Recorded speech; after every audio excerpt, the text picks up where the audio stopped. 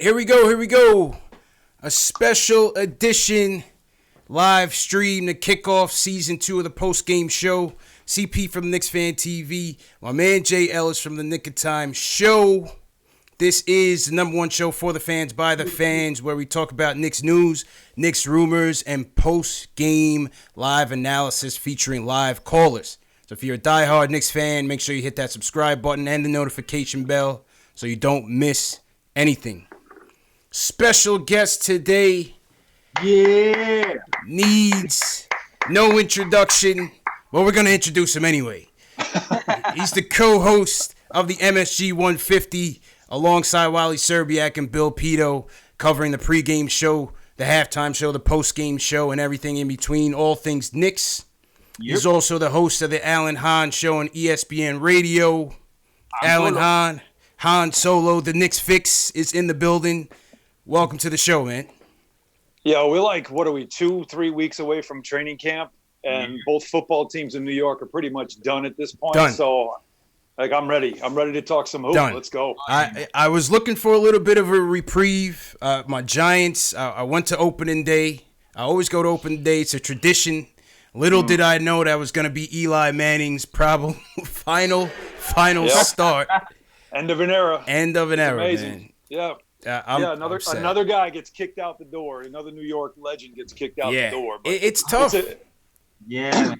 How do you handle the exit of your hero that's been here for so long? Well, it's when he stays too long. And I'll tell you what, it's kind of similar to Ewing in a way. Obviously, Eli at least won championships, but it's the same thing. When it gets to the end and the team and everybody watching, if anybody remembers back in the late 90s, it was those teams played faster without Patrick on the floor.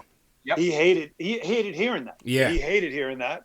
And when he came back that year after the Achilles in 99-2000, they get to the conference finals, but they just felt like he was slowing them down and he had finally had it. He didn't want to hear it anymore. Yep. But, how's the franchise been since? And so with the Giants, you might, if you're a Giants fan, you might be excited about a new era and a new quarterback. But just remember, for 15 years, you had a constant. And now there's a variable. Man. There's a variable now, so you better hope that you got the right guy. That's all facts, man. All facts. So kicking it over to basketball, as you said, it's been 20 years of straight misery since we traded the captain, and we're finally trying to get to a proper rebuild. The offseason hype and all the hoopla obviously didn't live up to it from a Plan A standpoint, but I still think we moved the needle a bit in terms of trying to move this franchise forward. So before we get into kind of the storylines of this season, now that all the ink is dry and all the contracts, most of the roster is set, how do you feel about how we came out of the offseason? Well, I think it's fair to say it was a disappointment on many levels. Didn't win the lottery. Right. At least got third, but didn't win it. Okay, you had the worst record in the league and you didn't win the lottery. So that, again, that's a disappointment. Still came away with a player, though, that I think a lot of people are excited about. Mm-hmm. But you have to be real about what you felt going into the offseason versus how you are right now. And that is, didn't win the lottery, so didn't get the best player, or at least the player everybody thought was the best player in the draft right now. Mm-hmm. And again, hype, right? The excitement of doing that. Then you followed up with a free agency that not only didn't didn't get Kevin Durant, it didn't get any star players that you thought might help you take that step and get back into contention. Because if you look at the East is a pillow fight. There's are there, 3 teams? it's empty. There might be 3 good teams, maybe. And you could argue that they're only good because it's like, again, it's like having an 8 because there's a whole bunch of 6s around. Right. You know what I mean? Right. Now the 8 all of a sudden looks like a 10. So, to be totally honest, now you go into free agency and you realize what else can you do to make sure you don't make the mistakes of the past. So now what you're trying to do instead of hit a home run is don't ground into a double play. All right. So because we've seen that in the past, absolutely the fact that you give contracts, maybe too long of a contract, too big a contract to people who don't really deserve it because you're trying to save face. Mm-hmm. There's where, to me, the high marks come in for what the Knicks did, is they did not do that. Right. They didn't try to just have a press conference for press conference's sake. I was there when Amari said, the Knicks Knicks are are back. back. I was there the day of his press conference as well. And at the time, it was still important for what Amari stood for, especially the first half of that season. Yeah. But that moment still felt like, what are we doing here? Yeah. This was supposed to be LeBron. Like, what are we doing here? Oof. So that, at least this time around, I like the fact that they did not go that route. Instead, you went out and found hungry players who still have something to prove, chip on their shoulder, short-term deals so you're not locked in for a long time. Right. You still got flexibility, but there's still a ton of questions, and you really don't know what this team's going to be. Yeah. So, I think the fair thing to say, in a lot of words, is that the offseason was a disappointment, but it wasn't a failure. Right. We'll see this season what this offseason really meant to the franchise's future. But you have to say it was disappointing considering what you were hoping for. Absolutely. Certainly disappointing. I mean, we covered it night in, night out, all the rumors, all the news from the lottery on down.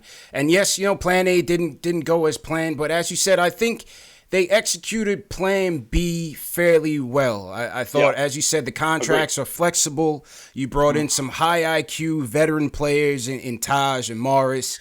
You brought in a guy that still has some upside in him in Julius Randle, still 24 years old, improving year after year. So I think, as you had said, I think plan B was okay, despite failing in plan A. And the most important part of plan B is that plan B wasn't a scramble. Right. Plan B was in place. So, here's the other thing you don't want to – we'll go back to the Giants. Mm-hmm. Remember the draft the Giants had when they took Eli Apple? Yeah. They had two players that they really wanted, and teams jumped them to get those two players. Right. Okay, one was Leonard Floyd. The other one was Conklin, the tackle. Mm-hmm. Jack Conklin, yep. They were not ready, right? They were not prepared for teams to jump over them. They didn't know what to do. Mm-hmm. So then they take Eli Apple and go, oh, yeah, we wanted him all along. No, you didn't. You didn't. You just didn't have a plan B and you weren't ready to execute it. Yeah. So again, you want to give credit where credit's due. That's where, to me, Mills and Perry had plan B, and at 6 o'clock on Sunday, and when free agency opened, when they knew we weren't in on Kevin Durant, they already had their plan, and they were nailing their guys one after the other, and took care of business before it turned into a bidding war with other teams. Nope, we want you, we got you. And so they at least were able to execute a plan B without being caught up now in the battles with some other teams that were getting desperate. So again, you want to find the positives. Those are the positives, that they were able to execute a plan that wasn't their main plan. Now, what do you say to the fan that says, and I talked to you about it while this was going on, what do you say to the fan that says, well, instead of adding, maybe a Portis and a Peyton was maybe a bit overkill, instead of doing that, why not go after the assets and the salary dump? What do you say to that fan? What are we going to do? We're just going to keep collecting. How are the Celtics doing with all the draft picks, by the way? How many great players have the Celtics got with all those draft picks? Danny Ainge is a genius, but all he did was trade for air. Draft picks. Like, what do they become? You don't know. Right. And all it does to me is just push time forward. Now, I'm not saying you don't trade for draft picks. What I'm saying is I'm not taking on a big salary player who won't want to be here, knows he's not part of the plan. Right? Like I want people that are engaged, because I don't know about you guys. I'm kind of tired of each year it's new faces and I'm hearing the same rhetoric. Last year we heard the same rhetoric too. I love being in New York. Always want to play on this stage. All about New York. And then you're 20 games in, and what happens? That guy's all of a sudden, he's enjoying New York the wrong way, and he's not about winning. And now it's like Derrick Rose wanted a contract extension, and his Cantor wanted a contract extension. Yeah. They want to come here because they want to get paid. No. I want guys who are coming here because they've got something to prove. They're hungry, and I'm going to get something out of them. And eventually, I've got guys that can put some roots down. Right. Like, this can't be a halfway house with bad contracts for the next 10 years. You can't keep doing that. So, in my opinion, that's not the way I'd want to go this time around. Let me get a culture here of young players who are hungry. And, oh, by the way, everybody's praising the Nets right now. That's what they did. Now, you want to say they did take a 1 or 2 contracts. That's fine. But the Knicks are already by the way, still paying Joakim Noah.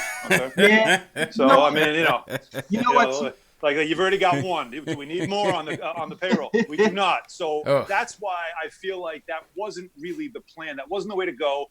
And if you keep stockpiling these draft picks, A, you got to pay the draft picks. B, you got to make the draft picks. And C, what does it become in time? Right. Get me a culture here. Get me an identity. Let's start from there. You know what, too, Alan? Like I I agree with you. I love what Scott Perry and Mills did. They stockpiled. They stockpiled the Knicks with a bunch of guys who want to play. They really focused on the deficit. We were bad at three-point shooting. We got a bunch of three-point shooters. But on the flip side, though, I feel like there's a little bit of a backfire to the plan that could happen, considering that we have a bunch of players here who really deserve minutes, especially, from the two guard perspective, where we have two guard. There's nobody at the two. The two guard's the worst position on the team. Two guard's like cornerback for the Jets. Yeah, but at the same time, we have like five two guard. We have Alonzo Trier. We have Damian Dotson. Trier's already in the place he belongs. Trier, to me, is where he belongs. He's going to be a great six-man for the rest of his career. He's going to be Jamal Crawford. He is exactly where he belongs. The two-guard position, to me, is still up for grabs. And this is not to disparage Damian Dotson. He's worked his butt off. But I mean, a starting quality two in this league has to take on players like, Bradley Beal, James Harden. All right, come on. You got to have somebody that's got some stuff about him. And they don't have a guy like that. So I'm going to need a 3-and-D guy at that two spot. So to me, two's up for grabs. You're not wrong, though, about the fact that the debate is going to be about who do you play at the 3 and the 4? Do you play a veteran who's playing for a contract or a young player that I'm trying to develop for my future? And from what I'm hearing from the players, it's really going to be a meritocracy. You have to earn your burn. And I know that's been said for years around here. Yeah. Yes. And that's Fizdale always says that, keep what you kill. Mm-hmm. But that's been every coach that has come through here in the last X amount of years has said, but never stuck to. But I kind of believe this year you have to stick to it. Because if you just keep giving minutes to young players who aren't ready for them, it's counterproductive to develop it, in my opinion. I hear you. You know what, too? I'm gonna skip around to see people real quick. Yeah, good. So RJ Barrett, right? He's the third pick of the draft for us. RJ Barrett, Kevin Durant, Michael Beasley, Trey. Those are the only guys who was able to score 160 points or more last year in their collegiate games. So my question to you is, I know you said you would not start RJ Barrett off the jump. Now, can you expand on that? Like, why wouldn't you start RJ Barrett knowing that he's our top pick and, we need to develop this guy? Because of what you just said. You need to develop him. And I feel like starting him now, let me also add the caveat. I have not watched a single workout yet. I only saw Summer League. Mm-hmm. Okay. And I saw him as the Summer League went deeper. He got better. He got more comfortable, more confident. But I feel like too much too soon if you start him. I'd like to protect him. And he and Kevin Knox, to me, are still teenagers. They need to play. Although Knox, he finally turned 20. I can't keep up. Yeah, I think he's 20. He's 20. I'm joking. But it feels like the whole damn team is still teenagers. Can anybody drink on this team? So to me, you have a situation with players who are young, who can come off the bench and play against twos, and they can eat there. Yeah. Because you go up against backups and you could start to physical confidence is everything. And if you start feeling good about yourself against teams' backups, and you can still get 20 minutes a game off the bench. And if you're playing well, and you can also finish, by the way. But starting to me comes with a little bit of a burden that I've always said that the Knick jersey already is the heaviest jersey in the league. Oh yeah. Why put any more weight on top of this kid? I don't think it's necessary. Now, once again, if he goes into training camp, plays some preseason games, and he's by far better than anything else the Knicks could put at the 2, then of course he should be the starter. Yeah. But I think he's got to earn that, and we've got to see it. But I wouldn't force it. I don't think it should be something that I'm saying is going to happen. I'd like to see him earn it, see him prove it to me that he's a great fit next to Dennis Smith Jr., that he can defend, that he can knock down the open 3. Because with Dennis Smith and Julius Randle, he's not going to need to be an ISO, break you down, drive to the basket kind of player. Right. He's going to need to be a role player. Yeah. And I don't know, can he do that, or is he going to have to learn that? Or is he better off the bench instead of coming in as a role player, being a guy that can score? And I'd rather put him maybe at the 2 or at the 3 with Alonzo Trier, remember. That's where it gets dicey is the minutes off the bench. Right. That's where it gets dicey. Yeah, I mean, my take on the RJ thing, and it kind of fits into your narrative in terms of forcing the fandom, forcing the stardom.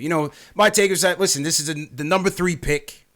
We didn't execute on plan A of the all season. I would put him out there to kind of get things going, a feel good story, and just see how he does. You know, trial by fire, to sort of feel good story. Feel good story is if he plays well wherever he is. That's true. Yeah. That's true. You know what I mean? Like I just can't. You know what it is? I think this franchise and a lot of teams in New York get too caught up in what you just said, the story, the narrative, proving he was the right pick. Yeah, that'll all take care of itself, man. Like that'll take care of itself. Just to me, it's whatever he is right now. Just let him be that. You know, in time he'll become whatever he's supposed to become while he's working on his game. But it can't just happen right away. It might take some time. Look around the league. There's a lot of guys like that in some of these other places that weren't necessarily out of the gate. They were awesome, but they put in. Jamal Murray, I think, is a great example. Yeah. Guys who put in work and then all of a sudden just like it was just, you know, you're in January and somebody goes, hey, RJ Barrett's balling right now for the Knicks. Like, you know, he had like that's what you'd rather have than he starts, but he struggles, and now I got to take him out of the starting lineup. So now Mark Berman has a field day with that. You don't want to give him. Like, trust me, I was in those circles. You get to a point where you're like, I need a story today. The cesspool starts churning, man. Oh, man. I mean, I was there. That's what we would do. You need a story. I need something to write about, and then all of a sudden it's like, oh, RJ Barrett's struggling. Okay, let's start writing that. You don't want to have that. So you don't need to force it. Let him earn it. I think he's he comes from good stock. He's going to get there eventually. I'm pretty confident in this kid. Yeah. You know, that he'll get there. I just don't want to force the issue with him. I want him to grow into this role because this kid is extremely important to the future of this franchise. Yeah. And I agree with you, man. Him and Kevin Knox, I agree with you. Let them earn it, man. And I was encouraged by what I saw in the summer league because I have the same concerns as you have, where he's not a good three-point shooter, so you're not sure how he's going to fit next to guys who can't shoot. But I felt like he found his way, even with the bad shooting, to kind of contribute. Agree. I agree, but I'm going to throw this at you. Now, here we go. Now, here comes this one. Now we'll get hot. You guys want to start a fight. We're going to start the fight right now because you're going to see the mentions and everything's going to blow up right now. Get this one. Ready? Let's go. And now I can't wait, too, because I'll be accused of one thing and another thing, and it's hysterical. So here we go. Ready? All right. What about Ntilikina at the 2 next to Dennis Smith? Well, look, listen. Here's why. Okay, go ahead. I'll let you follow up, but let me explain why. And now the Ntilikina haters are going to tell me that I'm a homer. Yes. When everybody that knows me for the last 2 years, all I've done is talk about how this guy can't shoot. All he does, you know, like he's not consistent. So I've been critical of him, but I actually think what I saw overseas, you know, FIBA Frank.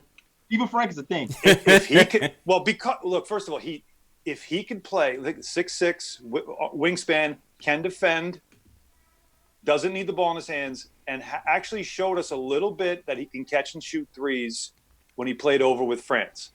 With Dennis Smith, I mean, to me, he's dominating the basketball. He's my scorer. I need somebody that's going to be on the perimeter, catch and shoot, make a three, and play some defense. The key there is that Frank doesn't have to play 40 minutes a night.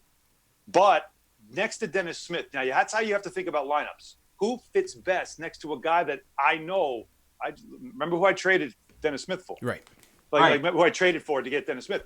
I need him to be an all-star. He needs to work, absolutely. Yes. And he's had a hell of a summer, and I can't wait to see if all that I saw in the summer comes together for him on the court, because it's not just physically, not with his game, but mentally. He's matured a ton, and I'm excited about Dennis Smith. So, but next to Dennis Smith, I don't need another guy that needs the basketball, that has to dominate the basketball. I need a guy that can protect him defensively and knock down a kick-out three.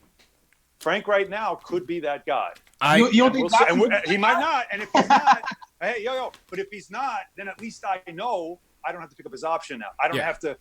I need to see it so I know whether I'm keeping Frank or I'm moving on from Frank. That's the best way to find out. Here's my thing with Frank, and I agree with you 100%. We have to start with defense, especially on the perimeter. We've been getting killed for the last 2 decades. God knows how long. We haven't had a solid perimeter defense. We've been in the bottom third of the league in all defensive statistics, and that's supposed to be Fizdale's calling card. So Derek Harper is rolling over in his grave. Absolutely, man. So listen, Frank definitely showed some encouraging things in the World Cup. You actually saw some confidence in him. You saw that dog in him, especially in the fourth quarter against the USA. Even against Argentina in the blowout, you kind of saw that sense of urgency from Frank and trying to get his team back into things, and that I was really encouraged by it. To me, listen, it's all on the offensive end. He has to prove that it's not 5-on-4 going the other way. You know what I mean? His shooting statistics were atrocious last year. I mean, that's just being honest.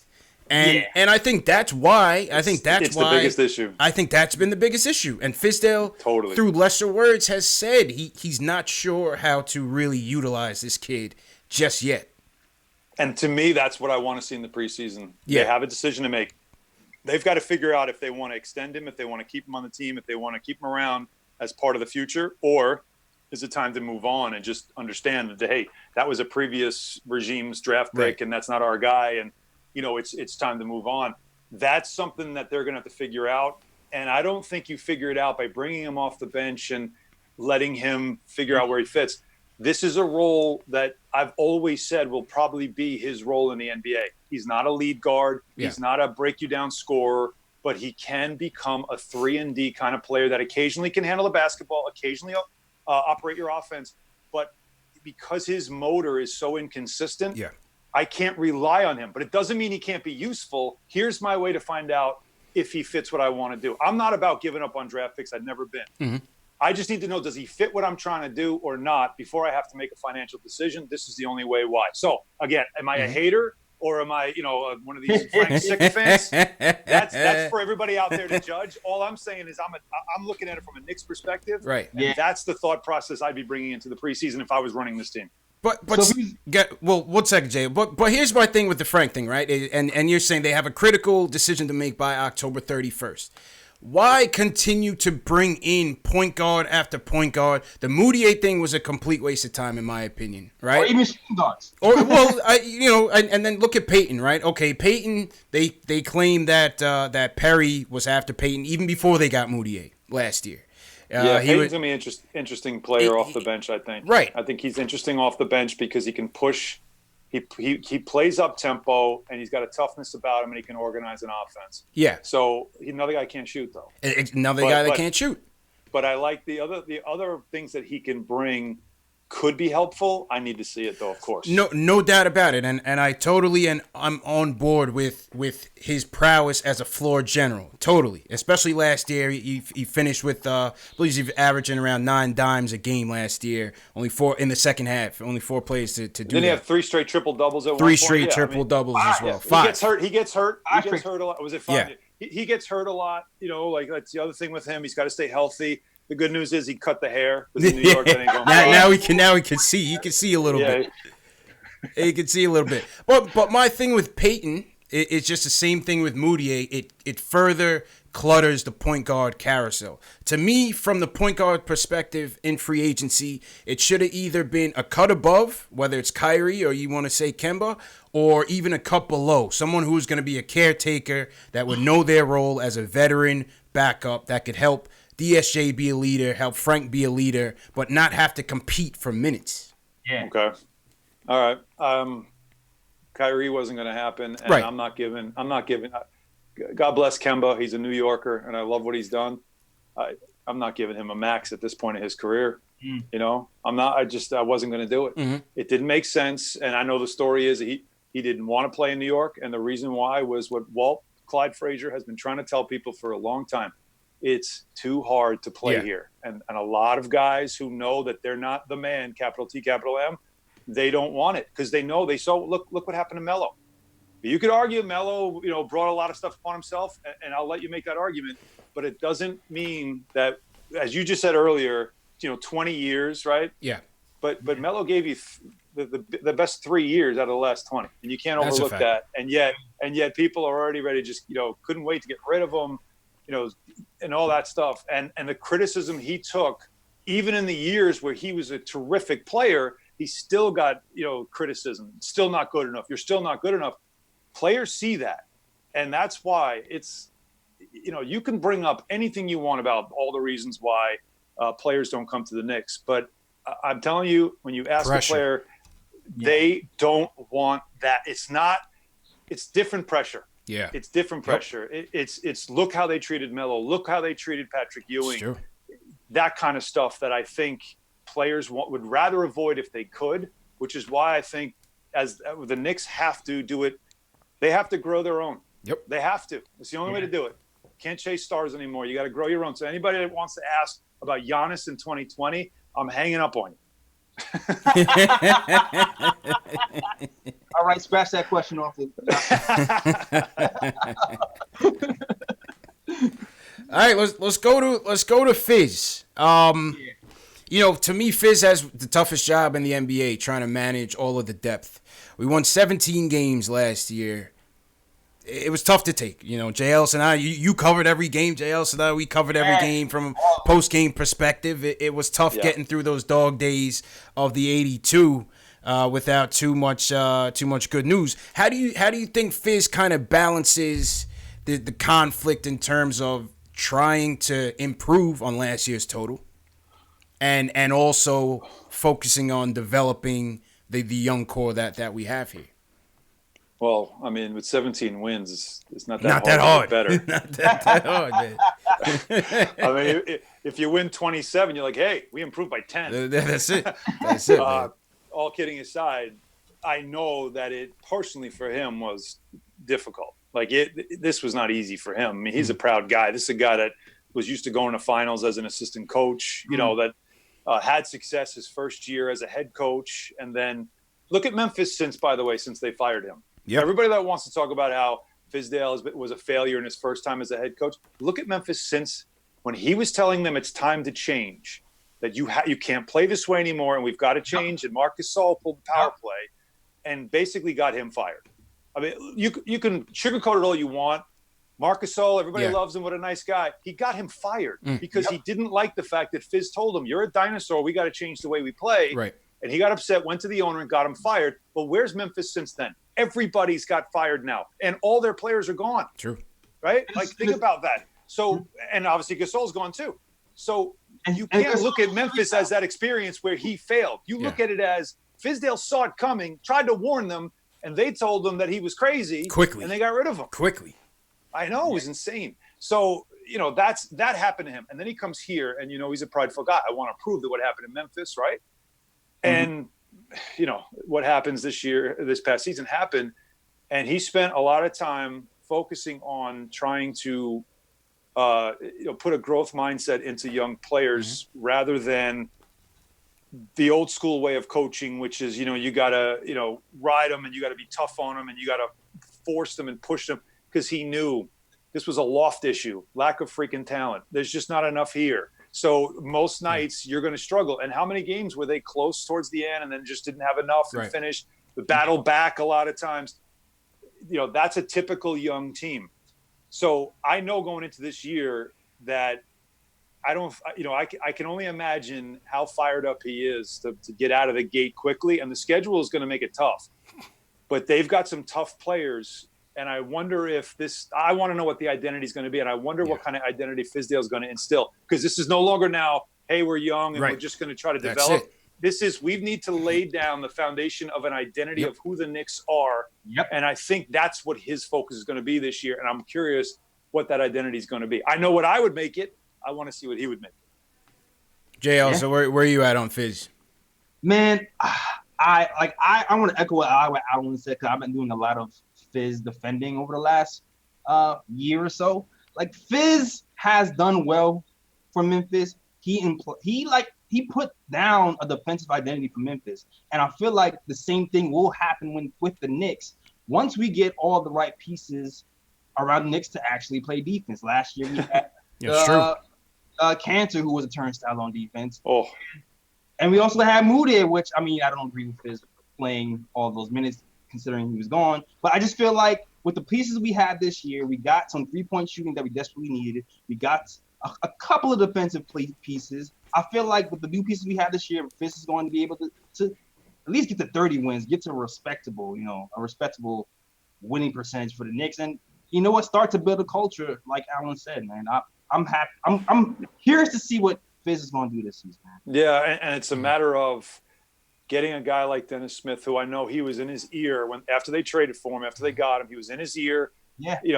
DS was not in great shape. He was not. Right. He had kind of let it go once he realized Rick Carlisle had given up on him.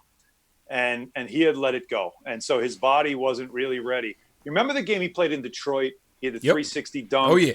Like he went for 30. He was just insane, right? Mm-hmm. The next day he was shot. Nothing. Like nothing left in the tank. And the rest of the season you saw him he could not get that energy back. Yeah. He did the dunk contest, you remember as well. So I think he realized this offseason that if I want to be an elite player, I got to be in elite shape.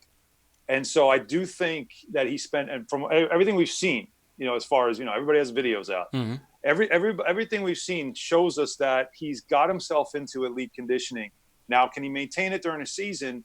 And if that battery is at 100%, what kind of player are you getting night in and night out, especially down the stretch? Because he does have it in him to be that kind of player. And then, of course, there's Julius Randle. Right. With those two guys, I think Fizdale believes if I can get these two to play at an all-star caliber level where they can both average in the high teens, and get a lot of offense out of these two guys, put some guys who can defend. Obviously, Mitch is a big part of the defense. Mm-hmm. I think Fizz feels like I can coach these guys up. I just need at least two ballers that can get me buckets when I need a bucket. Mm-hmm. And those two guys are going to be key. That's his pillars right there. Those two guys. My opinion. Yeah, I agree with you 100%. I've been saying that the key to the Knicks having somewhat of a respectable season, playoffs or not, has to be on the back of Dennis Smith Jr. I think Randall's definitely going to put up his points. He's gonna put up his points, straight up bully ball. I like the fact that he's working on his mid range and beyond. He's trying to step out a little bit. Well, he can hit the three. Yeah, he was showing off the three this summer. Exactly. So that was certainly encouraging. You saw the footage he was working out with Melo, working on his footwork as well. So I like that, but I think DSJ is going to be the key. As you said, can 100%. He put it in, night out? Can he prove to stay durable? And defensively, can he keep it together just admirably on the defensive end? And I think we'll be all right. But from Fizz, I think, it's going to be on him to really get the most out of this young core. Whether it's Frank, whether it's DSJ, RJ, Barrett, ISO, Mitch, how he kind of gets these guys together. On the flip side, you have guys like Ellington. Ellington is probably the best shooter on the team. Where do those minutes come from when we need to stretch the floor? We need to knock down some threes. ISO shot 39%. I'm just saying. He did. Ellington to me is just another. And this is not to sound disparaging. He's a pro. He's another pro on the team. I don't know if he's I don't know if he's a rotation guy. I don't. But I know that he's somebody like what you brought up. When I need some shooting, I know I can get it. I know he'll be ready to play. He's one of those guys that's like a pro. Like Taj Gibson is a guy too that I feel like when I need that kind of element in the game, I know he'll be ready. You know what Taj Gibson reminds me of at this point? That he could be a little bit of Kurt Thomas. I said the same thing. I love it. A little bit of Kurt Thomas. Like a little bit of that where I'm a pro. I'm always ready to play. I don't have to play a ton. But when you need me, I'm coming in and I will make a difference. A little old man game, and just sort of set a tone when I need to set a tone. Like, so people are wondering, well, how many minutes Taj Gibson going to play? And all due respect to Taj Gibson, but I don't think he plays a ton of minutes. Yeah. But I do think he plays a critical role in the locker room. Yeah. And then when I'm looking down the bench and I need some heart, because I'm in a back-to-back, and I got some guys who are young guys, and they're a little soft tonight because it's a tough game. Maybe it's the third and 4 nights. I need some heart, Taj. Give me some heart, and he will. That's what he's about. So it's a good tone setter. So those are the kind of guys I think. Wayne Ellington can shoot a 3 when I need to space the floor. So maybe I bring him in the game. Right. But I'm they've got shooting. It's still not enough. Yeah. I can't. I'm not going to start sugarcoating stuff. They don't have nearly enough 3-point shooting. Right. So and that's going to be a factor in this as well. I think in the season. That's why this defense. You've mentioned it, and you're right. I said what identity they're going to have. they don't need to be a team that can play defense. They need to be a team that does play defense. Mm-hmm. And they need to be a team where their reputation is they are tough to play against defensively. The offense will come. And I hate making these references, but it's because Knick fans can relate. This will be, to me, like Starks Ewing, where you just have two guys that can take care of outside, inside, and everybody else is just a bunch of dudes that are just going to play hard. They're just gonna play hard and get after it. Bobby Portis is the guy nobody's talking about, but everybody in Chicago, they loved him. Hard worker, tough guy, can make a shot. He's a guy that can shoot. When he gets hot, he gets it rolling. A bit inconsistent, but still, that's the mentality I need. This team has to be a tough, physical team that is opportunistic offensively, but they're more known for how stingy they are defensively. The question is about David Fizdale is, where's that background? Who is your defensive guru on the bench? Who's the one that's running the defense? What kind of, that's what I need to see. Because usually it takes, I have a defensive guru. He's going to run my defense, and these guys are going to be all about that. I need to see that develop as well. Who would you say that guy would be on his staff? I mean, is Keith Smart more of a offensive focus? Yeah, Smart is an offensive guy. Bushler is more he's working with the guards, I would assume. Development. Judd Bushler is a development coach. He's terrific with development. Yeah, very good. A lot of these guys are development coaches. Mike Miller, by the way. Miller. He was actually very good in Westchester. Now everybody wants to say it's a G League, it doesn't matter. Mm-hmm. Oh no, it does matter. It actually you can be really bad in the G League if you're not a good coach. Because some guys don't really want to listen. Some guys are going their own way. He had that team playing hard, and there was a lot of in and out going on that team because they would send a player down, they'd take him out. All of a sudden, the guy was starting. Now wait, Damian Dotson's here to play again. Now I'm not starting. And Mike Miller did a great job managing that. So I'm curious to see what Mike Miller's role is going to be on this staff. But it is a staff that's mainly built of development type coaches, not necessarily X's and O's tacticians. And that's why I brought up the defense. I'm just curious to see who's going to emerge as Dick Harder, Tom Thibodeau. Who's going to emerge as that kind of a guy?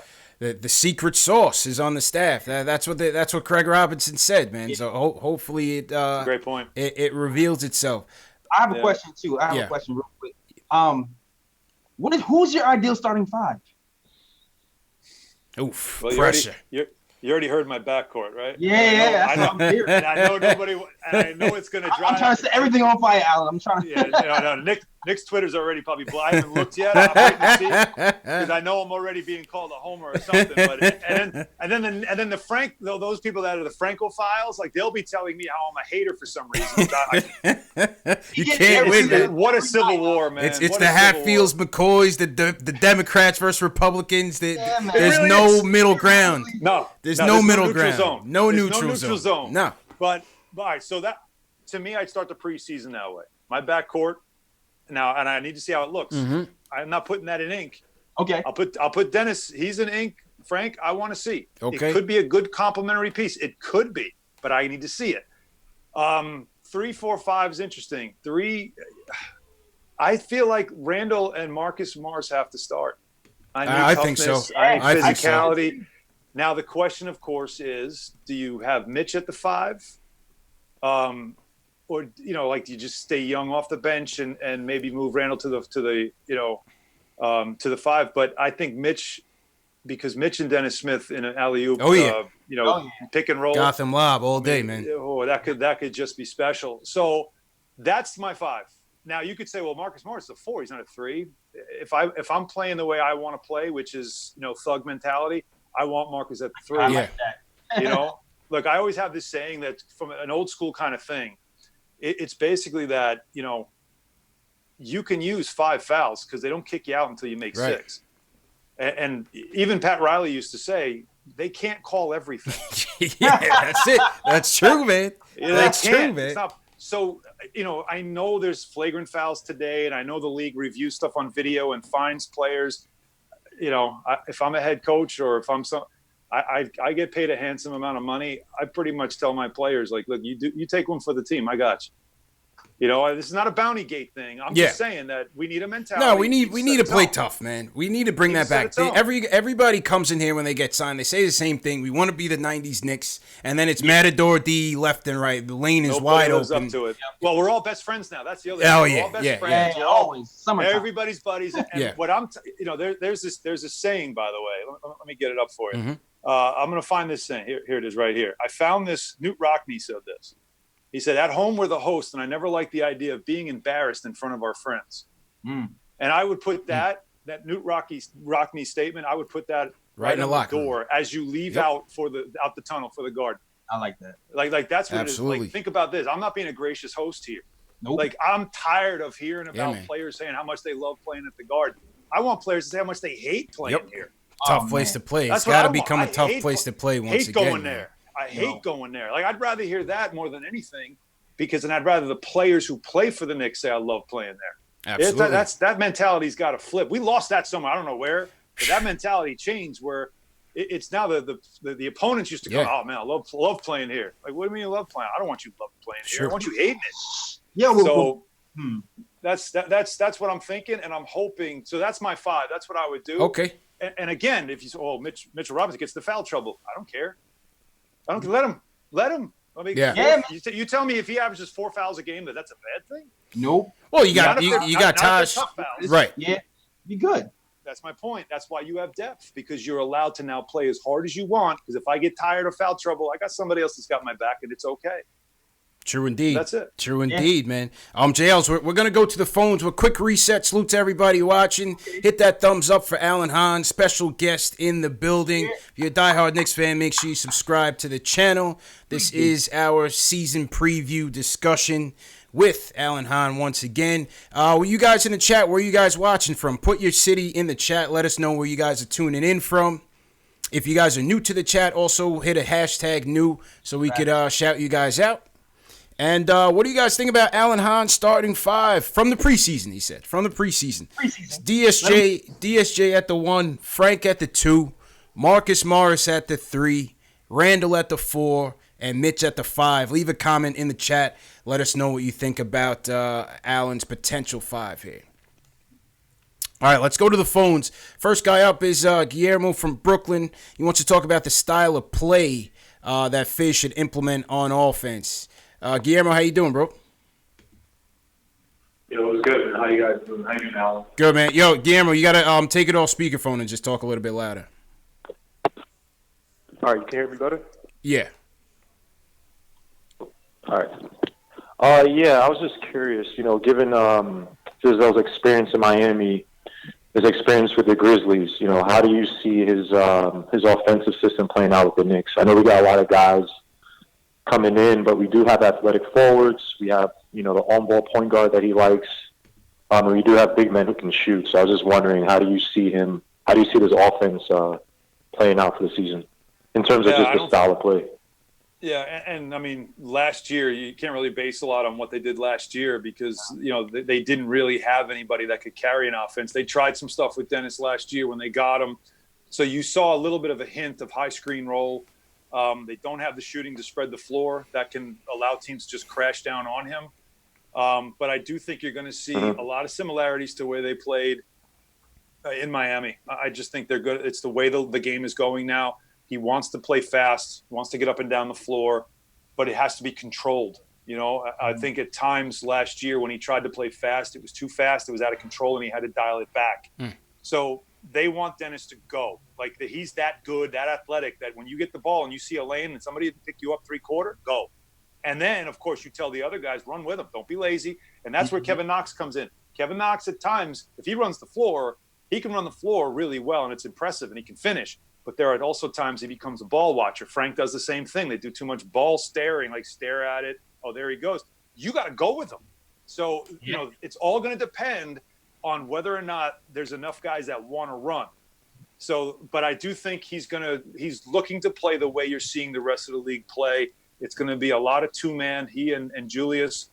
They'll give Julius some mid-post looks and a lot of stuff on the side. But I think you'll see high screen roll. I think Mitch will be involved a lot too, and you can lob to him, which pulls some defense, away from Dennis. Dennis got to be able to knock down that pull-up jumper. Right.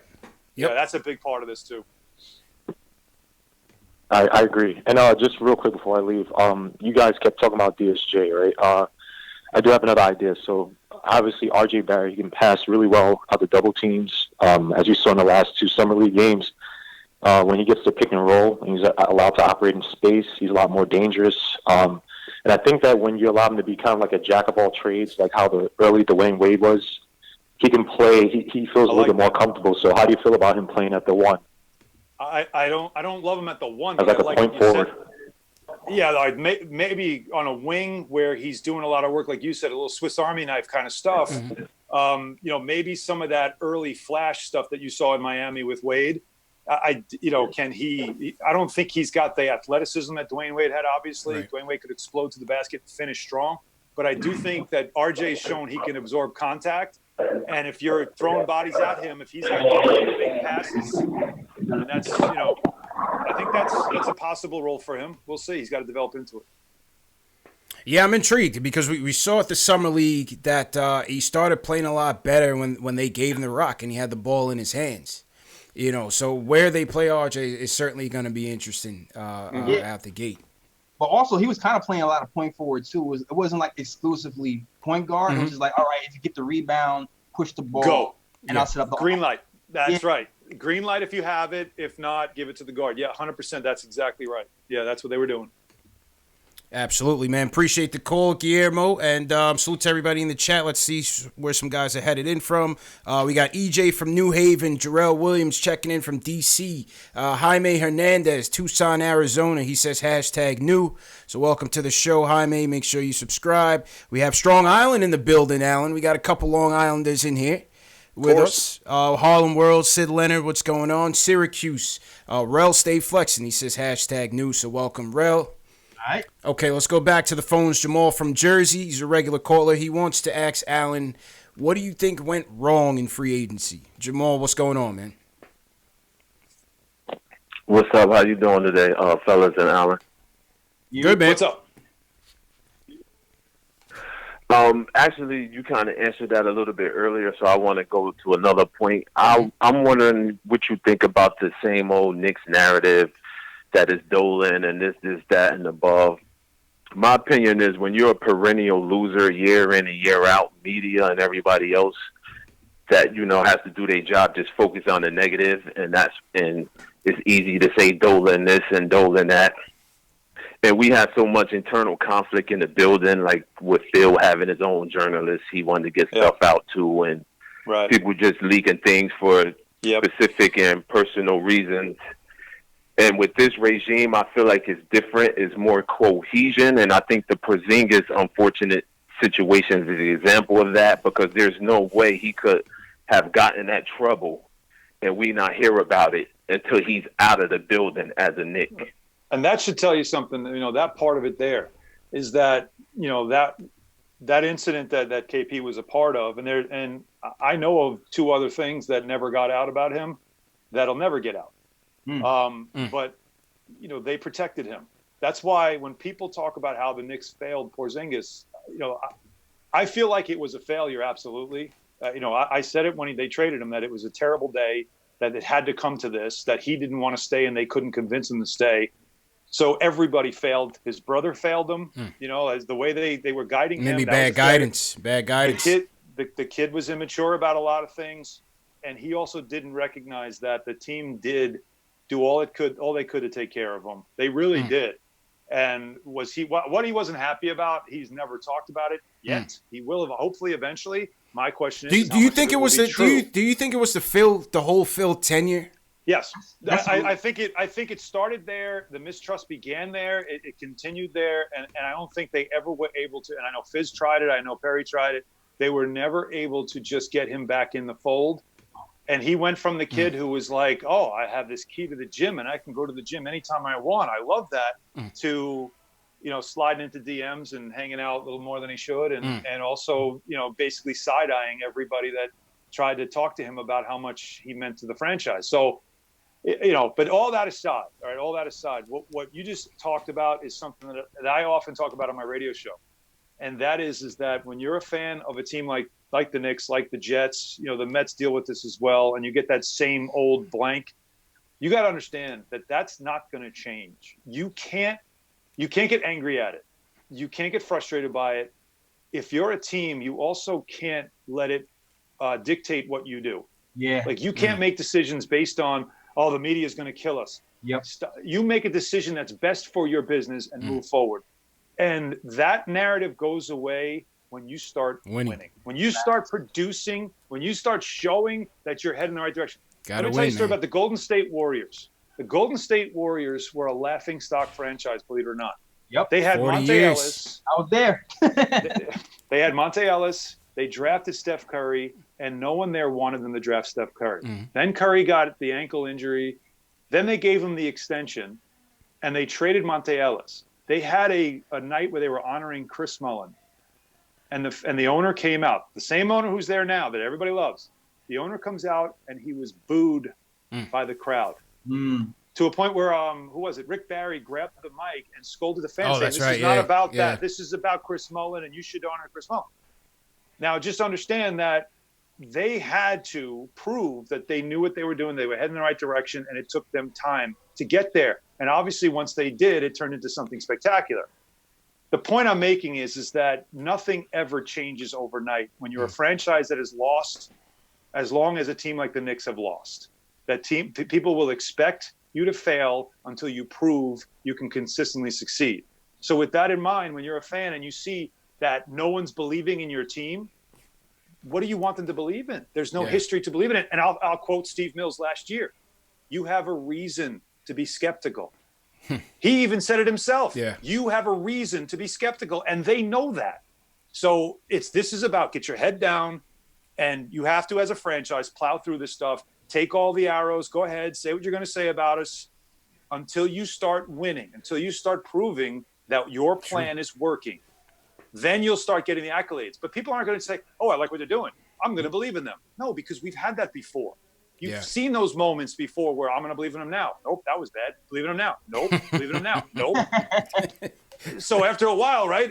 How many times are you going to bang your head into the wall hoping that the wall falls down? You're going to stop. Yeah. So that's where you're at now as a franchise. That's where you're at as a fan base. You just have to understand it. Block out the noise and hope this time they get it right. True indeed, man. Winning cures all. Alan, how you doing? You got time for one more call? Winning is the best deodorant. That's true. That's true, man. We can go one more. Okay. All right. Real quick, we're gonna go back to the phone. Shout out to everybody in the chat. We had Troy in the chat, says he's been an Alan Hahn fan since the Knicks fixed days. So shout out to Troy. We got House Flan in here from Santa Clarita, California. K Omega checking in from Colorado. Salute to everybody watching in the chat. Yo, shout out to Enzo over here, Enzo954, Gary Singh over here. Shout out Will from LI, always supporting us. Yep. Always. And Old Dog, I see Old Dog. And speaking of which, we have the man himself, Will from LI, checking in. Yeah, I even know. Now, Alan, when we first met Will, we met him at the lottery party in person. He comes up to us with a full notebook full of notes. Oh, yeah. Notes, strategies, plays, X's and O's, the whole 9 yards, man. And he's been a diehard follower of the show ever since. Will from LI, ladies and gentlemen. Will, what's going on, man? How you guys doing, CPJS? How you doing? Alan, big fan. First off, Alan, I just want you to know that I'm a fellow pioneer. I'm still at LIU Post. They changed it to the Sharks now, but we're not yet. Whatever There's the no case, such thing as pioneers anymore. Yeah. They took that out. Yeah, that's true. It's crazy. Jersey. I don't know why they changed it. They gave me my jersey, and I was like, "Well, it No, doesn't matter anymore." It's still up there. Yeah, it's still up there. Yeah, it's still up there. Yeah, you go to the gymnasium. You're still there. You're still there. You know. Yeah, it's not a gymnasium anymore though. People are like, "Oh, what was a pioneer? What was that?" That was back in the ball had laces and the shorts were too short. Exactly. Everything is getting changed. The legacy is going away. But whatever the case, I just wanted to ask you a question, Alan. So first off, I think you kind of answered one of them. I was going to ask you which one should we be prioritizing towards the end of the season. Whether should we focus on wins this is after the trade deadline, and whatever the record is pretty much set in stone. Let's say we're underneath 30 wins after the trade deadline. Should we still be? I would hope that Morse would be moved and we get some assets for him. But should we definitely be focusing on the RJs, the Knoxes, above the Wayne Ellingtons and the Reggie Bullocks and such like that? That depends. Yeah, that has to. I have to see where you are in February, and then obviously what kind of value you can get for some of these players that might be on the 1-year deals. But this has to be about trying to win now. You have to be able to. Man. Everything has to be about your best opportunity to win, and even if it means that, heaven forbid, RJ Barrett's, struggling early on, and it's better that he sits, then it's better that he sits. Because you can't. This is no longer about the needs of the few outweigh the needs of the many. This is, you've got to start winning as a franchise, or at least laying a foundation of being competitive. And so, again, if Kevin Knox is not competitive, he doesn't play, in my opinion. You can always work on stuff in practice and prove to me that you're ready, because a player who is hungry will come in and battle for his minutes because he's tired of sitting, right? And that's what I want. So this has to be about trying to win at the beginning.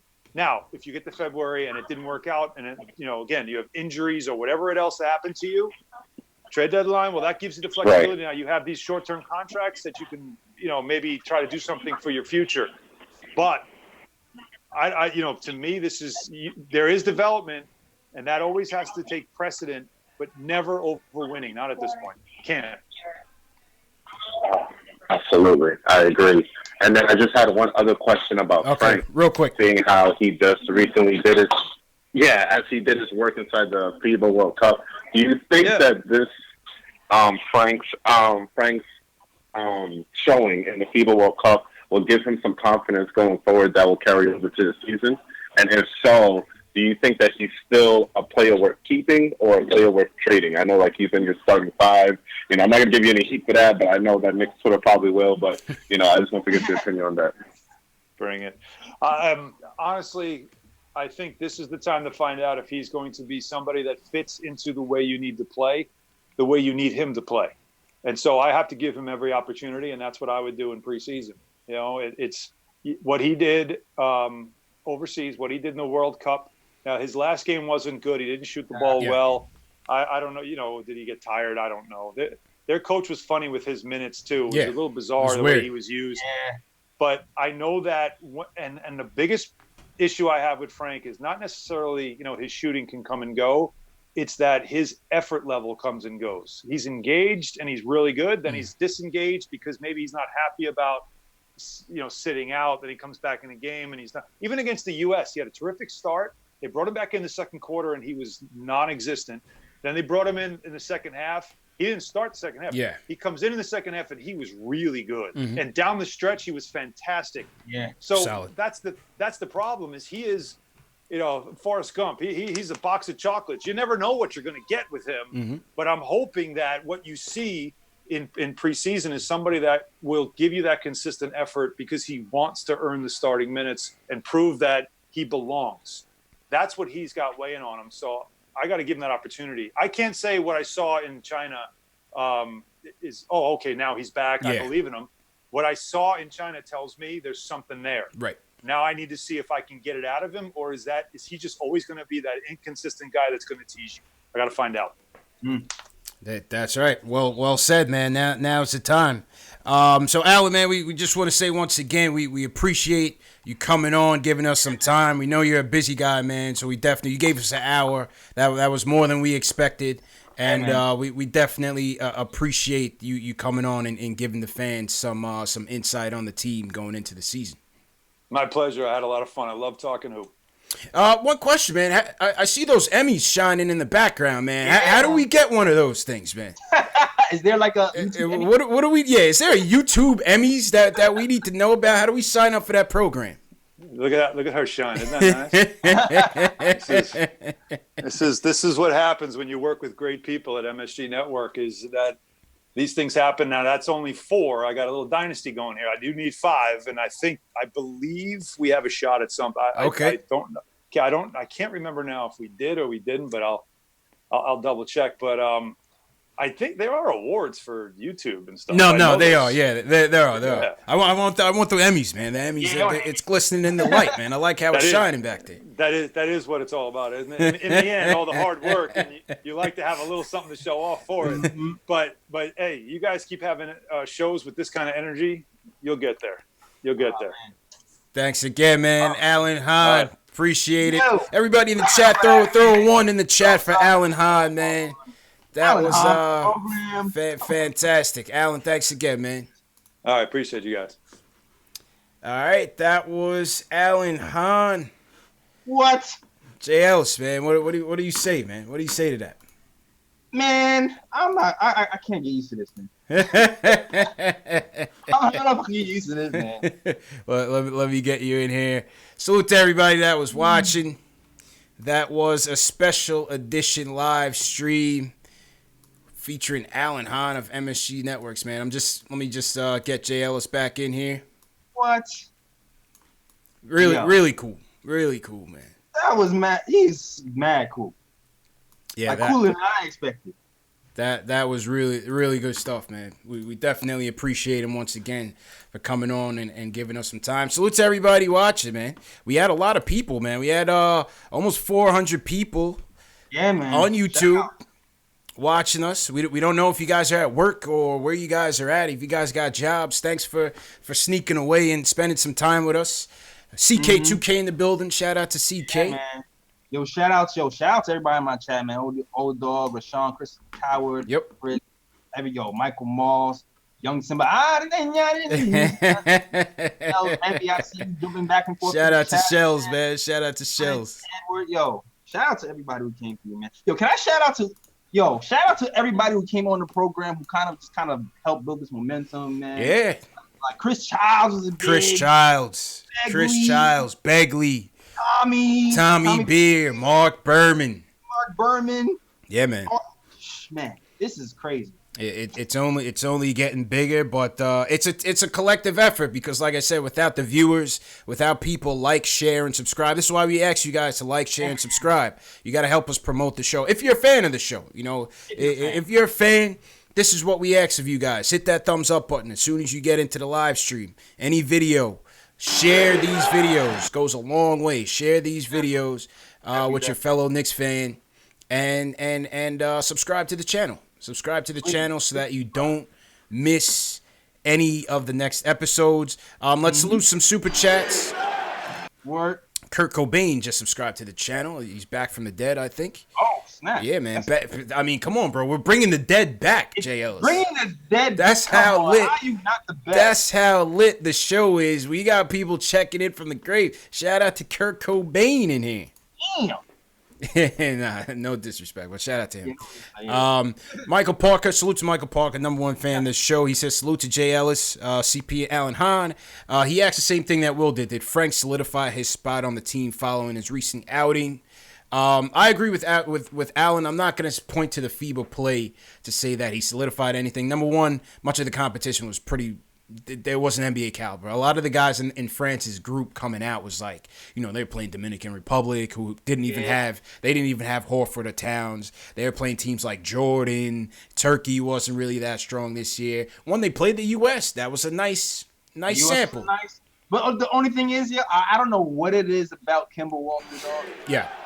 But like if you pull up the two Frank graphics, the NBA Frank and Frank's best game last season was against Kemba. In Charlotte. Yeah. 18 points. Kemba's going to be angry, man. Kemba's going to be angry come the home opener, man. And Frank's best game in FIBA was against Kemba Walker again. That's it. I don't know what it is about Kemba's face that Frank likes, but yeah, I don't know, man. I don't know. But Kemba's not going to be too pleased with opening night, man. But I'm saying, we got Kemba Walker, who Frank owns, right? And then we got Julius Randle, who owns Enes Kanter. Oh, yeah. Because Randle had to drop 45 on Enes Kanter, which is his season high last season. Let's go. I mean, between those guys, that season opener versus the Celtics is looking really good, man. Yeah. Yeah, absolutely. And speaking of opening night, we have 4 tickets left to the Knicks home opener. We're doing a suite on the chat. We're doing a suite on the Chase Lounge. For those of you who have not gotten your tickets, there's 4 tickets left. The link is in my video description. Click on it. The package is going to come with a ticket to the game on the suite on the Chase Lounge, food and beverages, Knicks meet and greet with an alumni player, and the free throws are back, Jay Ellis. Oh, yeah? A select group of fans are going to do the free throw. Another select group are going to have full court access, front court access to the pregame shoot around. It's an outstanding package. You're not getting that anywhere else. So come through and join us, man. We got people coming from all over the world coming to join us. It's going to be outstanding, man. Guillermo says, great show, great call. Guillermo, thanks for calling in. Couple more super chats. Michael Ray sent us some super chats. Thanks again, Michael Ray. Jam 3 Production sent us a $10 super chat, JLs. He says, salute to you guys. Good work. Thank you. Appreciate you, Jam 3. Thumblicker, interesting name, sends us a super chat as well. Very interesting name. Very interesting name. Shout out to Sid Leonard, Uptown USA's own, sends us a $5 super chat. Super chats are rolling in, man. Appreciate you guys, bro. Kevin McLeod says, thanks so much for doing that. No problem, Kevin. Thanks for supporting. Manolo Bouquet, what's going on? Yeah, man. What else? What else on the horizon? I have a podcast I did with the guys at Posting and Toasting that should be out on the YouTube channel sometime next week. We got Jonathan Macri coming to the studio, JLs. Don't forget, this Monday we got Macri coming through the studio. That's right. Yeah. What do you guys want us to talk about with Macri, man? If you guys have any topics that you guys want us to cover, we'll certainly do so. Maybe we'll have like a fan sponsored topic that we'll discuss. We have some topics that we want to cover with him, but if you guys have anything in mind, certainly let us know, and we'll cover that as well. Word. Yeah, man. Yeah, man. Shout out to TM and Dave for putting this all together and getting the information out there. Yeah, man. Shout out to everybody working. Yeah, man. And watch out. KOT show, Nigga Time show is coming back. Yes, sir. Definitely watch out for that. You might have CP on the program, so you coming soon, man. Yeah, coming soon. But yeah, that's it, man. We know a lot of you guys got to get back to your regular lives.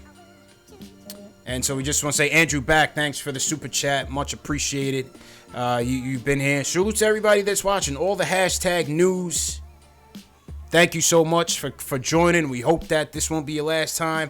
Like I said, this is the home of the diehard Knicks fan, man. This is the home where we talk about Knicks news, Knicks rumors, post-game analysis featuring live callers.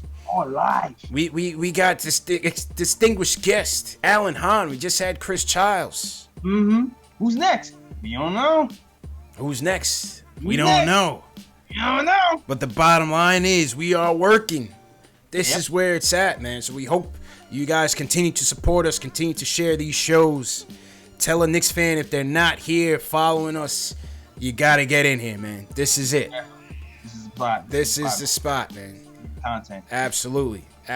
So, JL, I'll kick it over to you. Oh, actually, go ahead and close out from here because I don't have your solo screen set up. So go ahead and close out from here. All right, man. So, as you know, I run the Nick of Time show. We will be back bigger, better than ever, mid-October. But definitely check out for that. Links are in my description to all the platforms I'm on. SoundCloud, Spotify, YouTube, of course, and Stitcher. Everything, every place you can watch podcasts, listen to podcasts. Nick of Time show is there. And watch out for Hit CPU. that thumbs up. For sure in there. And also, you know what? If you want to write, you're looking for writers, we have articles on the nickoftimeshow.com. So you can read some great Knicks content from my guy Ryan G. And also, Dave Sheets has also wrote a couple of things. Salute to Dave, man. And did pretty well. I see you. He's in journalism school. Shout out to Dave. Man. Yes, sir. And yeah, I think that's all I got. Also follow me on social media. I'm on where am I, CP? I'm on Instagram. Everywhere, man. Instagram, Twitter, Facebook. Word. Yes, sir, man. All right. Follow me, man. That's it. Back to you, C. Appreciate it, man. And salute to everybody watching once again and supporting. Thank you again to Alan Hahn for joining us and giving us some words. Make sure if you guys are at work and you missed it on video, this will be available in audio format starting later today. SoundCloud. Oh, not SoundCloud. Google Play. Stitcher, Google Play, Stitcher, Spotify, iTunes, all on the Knicks Fan TV. You can listen to it, subscribe, leave us a review on iTunes as well. Like I said, Knicks Home Opener Suite event, the link to the tickets are in the link below in the video, so make sure you get yours. The merch is also open. The Mitch Please Tees, the new edition. Let me know what you guys think about the new edition, man. Man. You know what I mean? Yeah, man. The new season of the Mitch Please t-shirt is available as well. So make sure you guys go ahead and get yours. And let's salute to some more people before we get out of here, man. Word. Definitely. Oh man, I got mad merch coming out. As soon as my store gets fixed, yeah. Man, developers are crazy. But I have mad merch coming out. I was supposed to drop a month ago, but it's coming. Okay. Kevin Middleton, salute. Rome, appreciate all the help. Yo, shout out to Rome. I saw you in BK yesterday. Shout out to you, though. Absolutely, man. Mr. X, the Shells, thanks again for your help, man. The Shells, much appreciated. Who else you want to shout out, JLs? Let's see, Michael Moss. I always got shout out Simba like 5 times. Just Gary Singh. Gary, appreciate it. Man, for repping. Thank you, Fritz, for repping and encouraging people to subscribe to the Knick Time Show. Thank you. Yeah. That's it, man. Yeah, that's it. TM, appreciate it. We did see some questions from the forum. Sorry we didn't get to them. We kind of had to rush through and get to some things, and we want to prioritize the phone calls first. We'll get to those questions for the next show. So like I said, keep it locked here at Knicks Fan TV. We got some more content that'll be trickling out. We'll run a replay of this show today at 5 p.m. and 8 p.m. Eastern time. If you guys want to jump back into the chat, I'll be in the chat as well if you guys want to talk some more. And yeah, man, appreciate it. Peace.